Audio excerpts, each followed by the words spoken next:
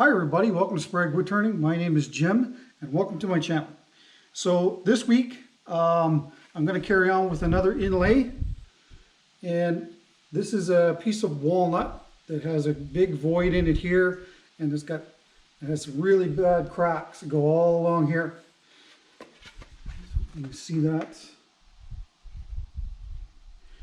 So we're going to clean this all out, get a glue block on the bottom of it, trim it up, and then do an inlay in it and save this bowl. Instead of throwing it in the wood stove or the fireplace, we're actually going to save this bowl. So that's what this video is. Hopefully you stick around and check it out. As always, every time you hit that like button, it certainly helps out my channel, and please don't forget to subscribe as well. So anyway, let's get a glue block on this and get it on the lathe. Okay, so before I put this glue block on here, I thought I'd cover this again. I get asked this a lot. So the reason why I like to use these glue blocks is because I can completely finish the inside and the outside of the bowl on the lathe, and then part this off the lathe and finish the foot separately. Now, over the years, I've had plenty of bowls come out of chucks. Rarely do I lose one off of a glue block like this. Now, this is hot melt glue in an electric frying pan. And all I do is put it in there, and as you've seen on the face of this, it's actually got a bunch of grooves in it. And these waste blocks are a little bit thicker than this when they initially start. Make sure you push down hard on it, and of course try to center it up. This is a tried and true method that I've used for many years, and rarely does it fail. But like I said, with chucks can be an issue. That's it. We'll get this on the lathe, we'll get this trimmed up, and we'll see what we're going to do here for an inlay. So this has got some pretty decent cracks in it. Let's just say that I'm not going to stand in the throw of the lathe while I'm doing this, because these cracks go pretty much almost all the way through. There's a little bit of meat holding it, but well, let's see if it survives.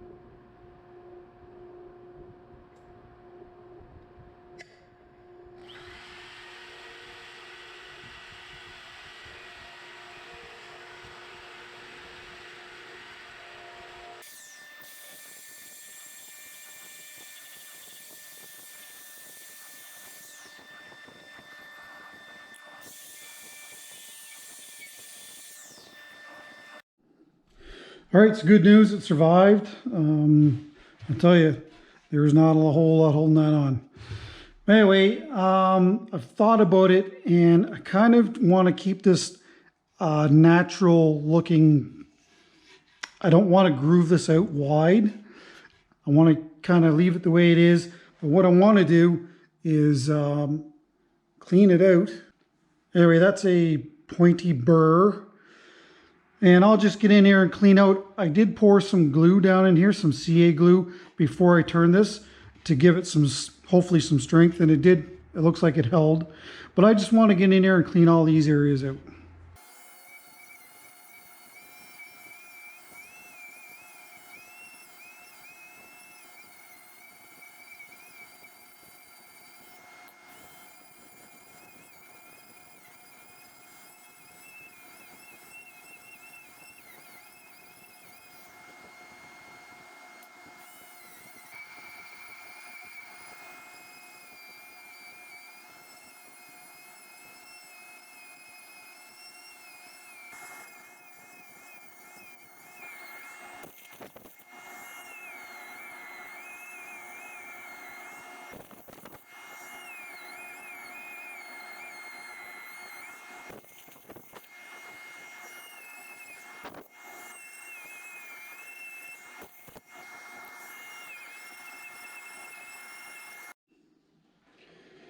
Okay, so it's inlay time, and what I'm going to do is I'm going to fill in these areas here with crushed white alabaster, and here, and then I'm going to put tape across here and fill it from in the inside. I'm not going to put the branch inlay in until I've got all these other areas filled first, because if you put the branch inlay in here now, the glue is just going to run down into the crack. So let's fill the crack up first, and then we won't have as many issues, hopefully. So again, this is just crushed white alabaster. Just smash it up with a hammer and then run it through a fine sieve. Take any big chunks out. Make sure your area is nice and clean, and so that way you can reuse. I can reuse this if you've seen my other videos. This just gets constantly covered with all kinds of stuff. Anyway, I can fold it up and put it back in the container. So what I'm going to do is just pour a little bit out here. And just fill in these areas.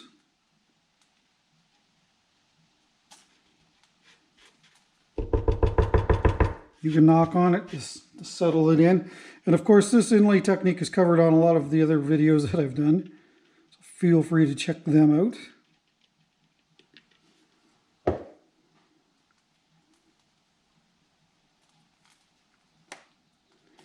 And once this is, and I also should mention that I'm using thin CA glue.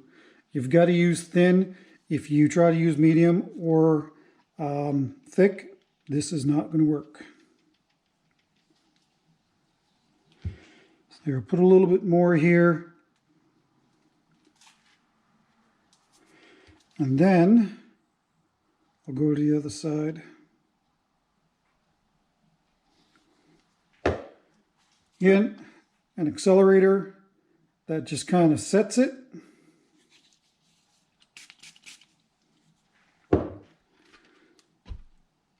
go over here.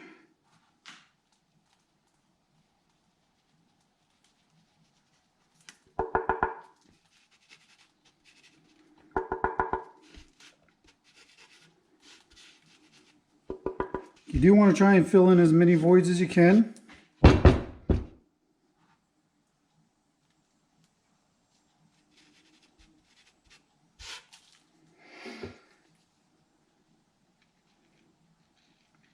Now the reason why I'm doing it on the back side like this first is because the crack isn't totally exposed on each end.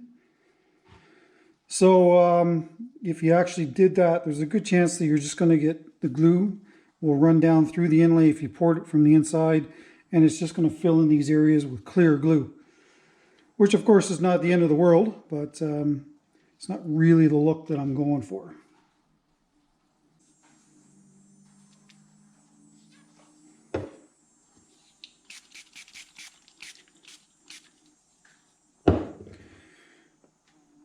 There, I'll probably just clean that up with some sandpaper, and then I'll put tape over it, and we'll fill from the inside.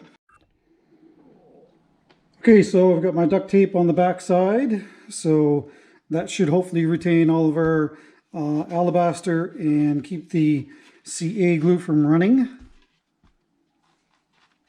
Try and get this out here so you can see.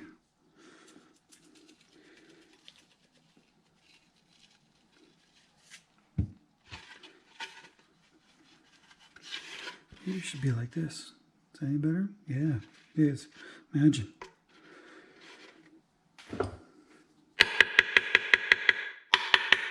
Again, I just knock on the bowl, try and knock the material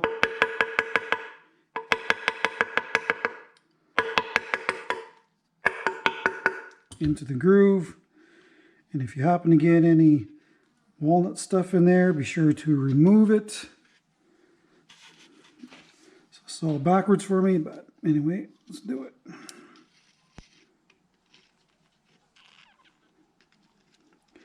The one good thing about alabaster is that it allows the glue to really flow through it quite easily.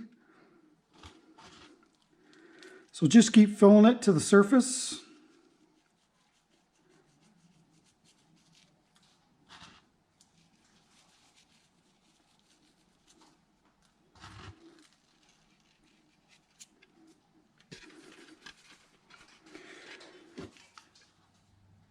And I'll try to keep my hand out of the way.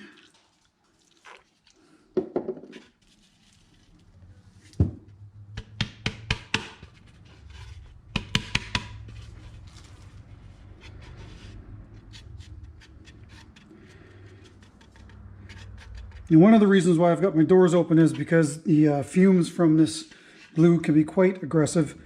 So it's best to use a well-ventilated area.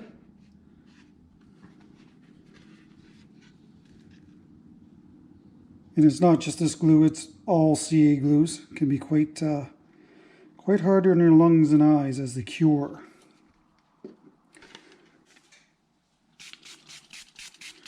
All right, let's set it with the accelerator. All right, so we panned the camera out a little bit. You can see better here. So I always like to take the tape off the back side, and that's why. So I glued it in wick all the way through. I probably should have put it in pieces, and then, or should have put it in smaller amounts and then flooded it with the glue, but it's no big deal. We'll just hit it with the glue on this side, and it will flow all the way through.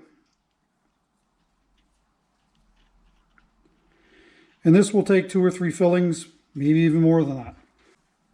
So the thin CA glue will of course flow through the inlay and lock the inlay into the pores of the wood, which is what we want. There. Get our branches in, and I'll show you the next step. Okay, I've decided to go with cherry branches in this. I thought I had some walnut branches, but I don't. I guess I used them all. So all you do is just lay them in. Make sure that they're proud of the surface on the outside and on the inside.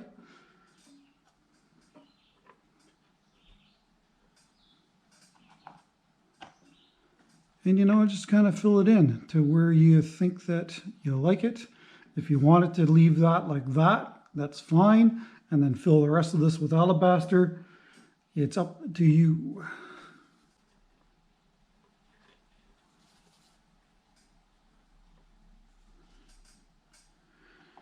Then we'll up here. I don't know.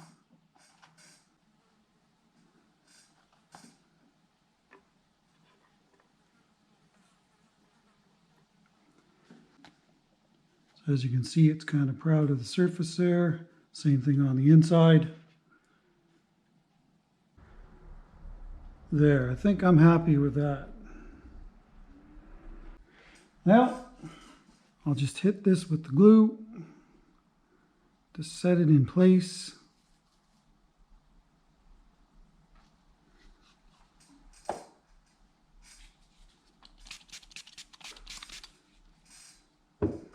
And then I'll take this back over to the lathe, put it on the lathe, and grind it off with a handheld grinder so it's relatively flush with the surface of the wood, and then put tape on it, and then we'll put more alabaster fill around these branches.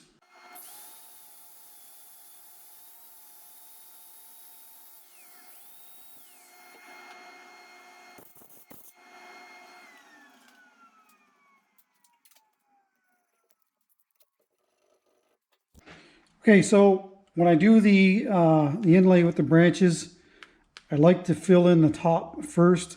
It acts kind of like a dam after it's set with the glue, and then we'll fill in the inside.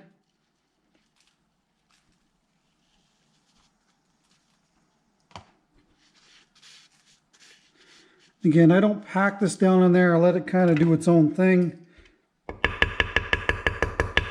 Tap on it a little bit.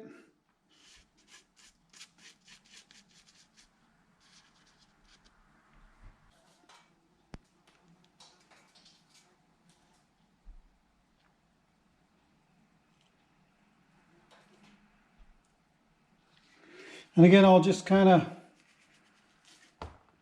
fill this up.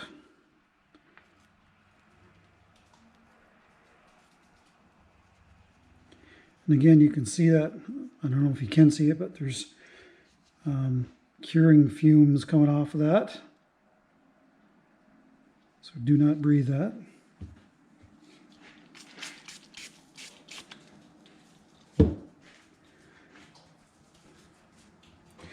As always, please follow the instructions that are provided by the manufacturer.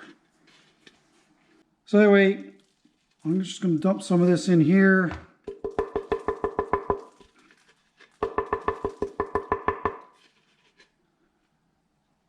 And then, I don't want to fill this right up. I would prefer to do it in stages here. So I'll give it some glue. Let it sit for a little bit, and then fill it up again with some more alabaster.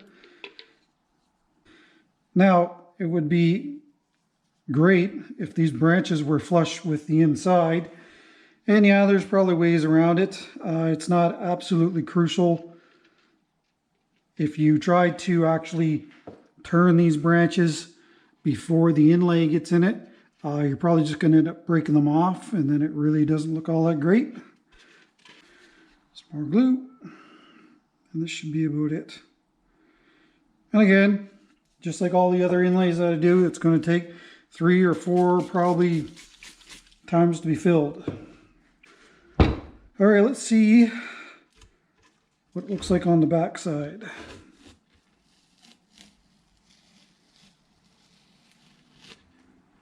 Yeah, the good majority of it went through. Anyway, this will sit overnight, and we'll trim it and fill it in the morning. Doesn't look like much now, does it?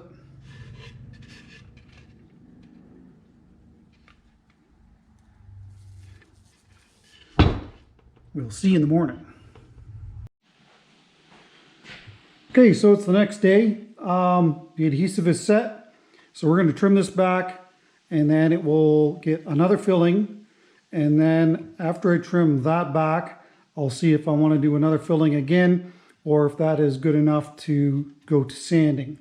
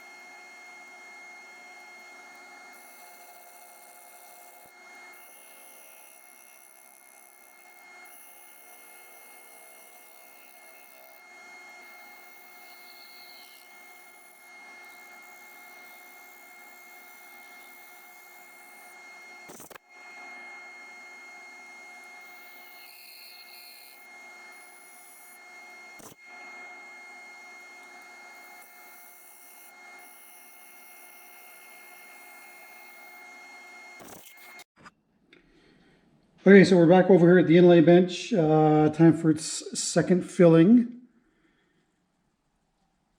And again, that is walnut with cherry branches and white alabaster. And there's that big long crack.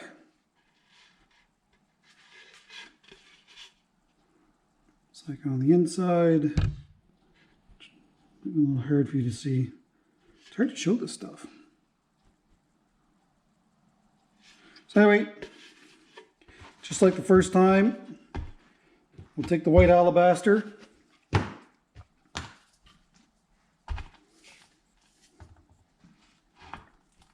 Just kind of fill in any areas that need the alabaster and CA glue.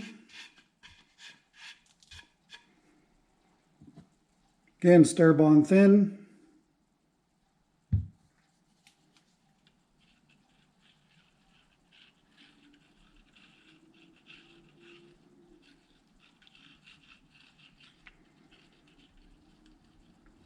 I am being more careful at this stage, trying not to get the glue on too much of the end grain here. The great thing about alabaster is that the glue seems to flow through it quite well. Here's your accelerator again. So you typically don't have to fill it as many times as you do, say, soapstone.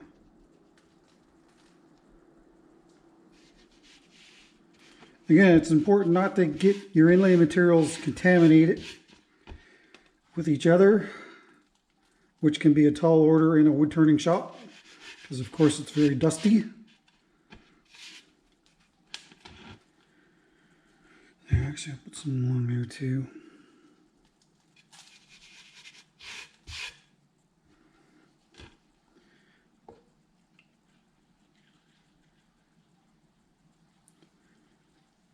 And I have all the confidence in the world to stand in front of this now. I know that it's not going to fly apart and injure me.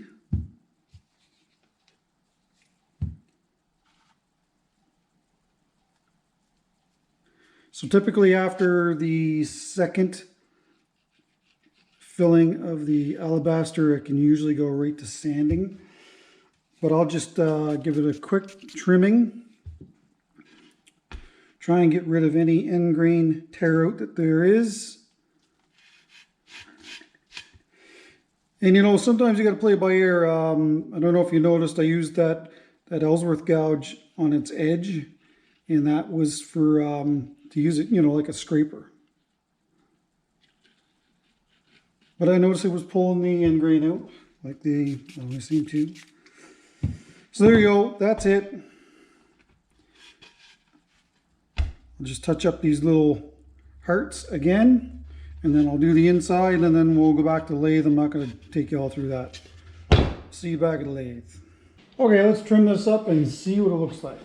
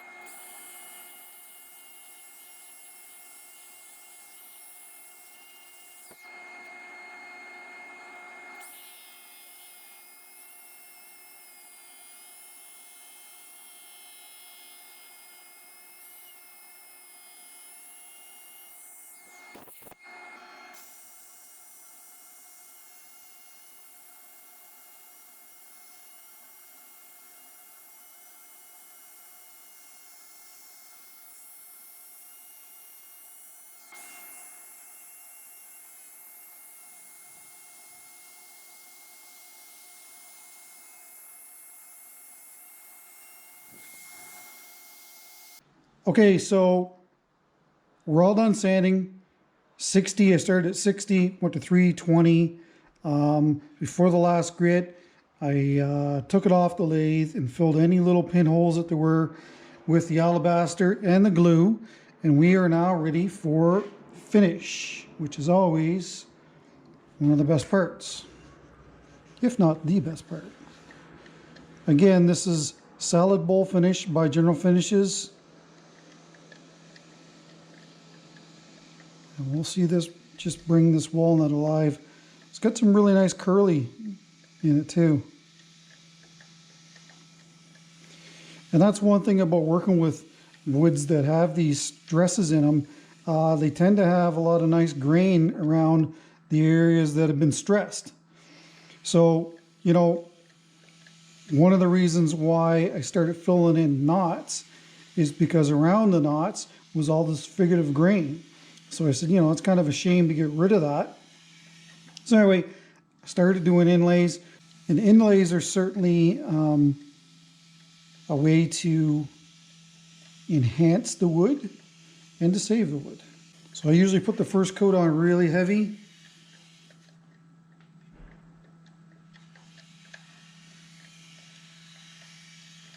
And this will go into my clean room overnight. And then hopefully we'll get the second and third coat on it tomorrow. Look at that grain in there. Wow. I don't know if this is doing it justice. Probably isn't. Pretty nice stuff.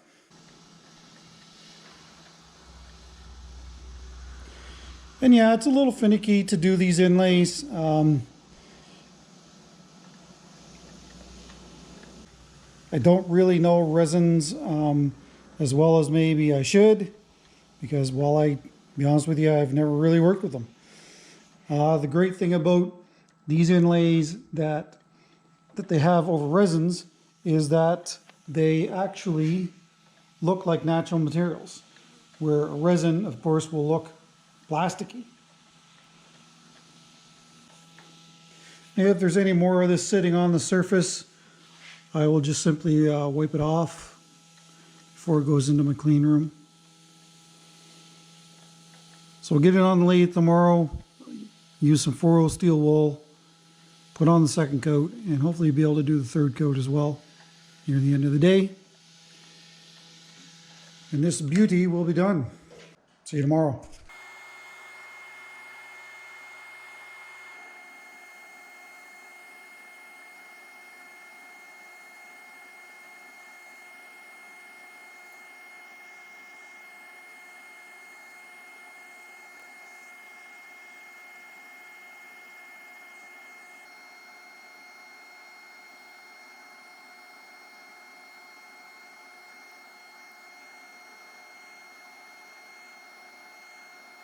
Okay, here comes the second coat finish. Now with this walnut, I do find that it can be quite porous, and if you use steel wool, the 4-0 steel wool like I do, sometimes it will get embedded into the pores of the wood. So before you put the finish on, just make sure that you blow it out with the air hose real good and you get all little tiny bits out of it. And sometimes like I'll go forward and reverse with the lathe, and hopefully that will remove any of the stuff that's embedded in the wood. Because there's nothing more aggravating than getting a coat of finish on and then seeing a little tiny bit of steel wool down in the pores of the wood. So this is the second coat. Like I said, it usually takes 3. Sometimes you can get away with 2. Depends on the wood. The harder the wood, typically the less finish it requires. But if you're doing something like birch or poplar, box elder, you're probably going to have to put 3 coats on. There we go. See that grain in there? Wow, eh?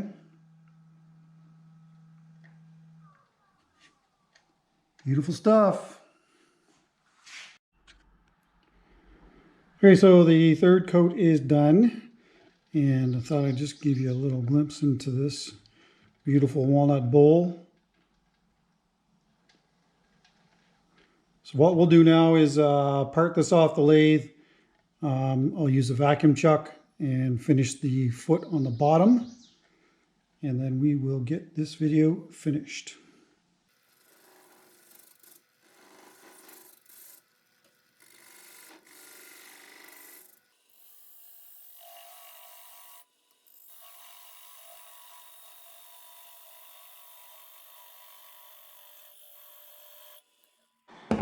I'll take a handsaw and cut it off the rest of the way. Sometimes it'll come off though. Nope.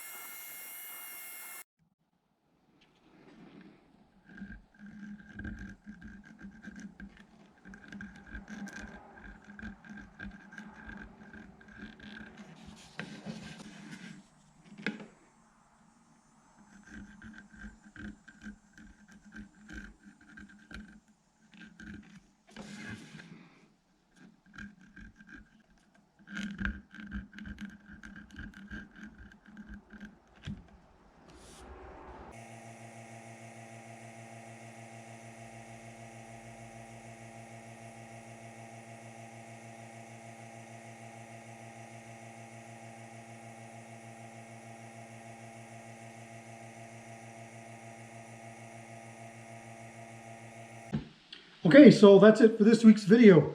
I'll bring you in here for a few more shots before we go here. So again, this is walnut with cherry branches and white alabaster. Here's the crack that runs along there. Again, this is so hard to take video of and stills of because it's so shiny.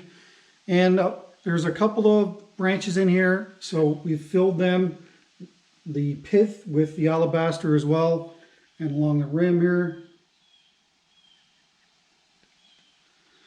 So next week, I think we'll probably do a shell inlay. We haven't done one of those before. I'll show you my alternative to abalone. So that's it for that. I'll put some stills up at the end for this bowl as well. And that's it. Hopefully you enjoyed it. And again, every time you do a thumbs up, that certainly helps with my video. And if you haven't subscribed, please consider doing so. And the last thing that I want to say is thank you so much. I'm over 1,000 subscribers now, so that's great. That will enable me to bring you more videos in the future. So anyway, until next week, take care, stay safe, and we'll see you then.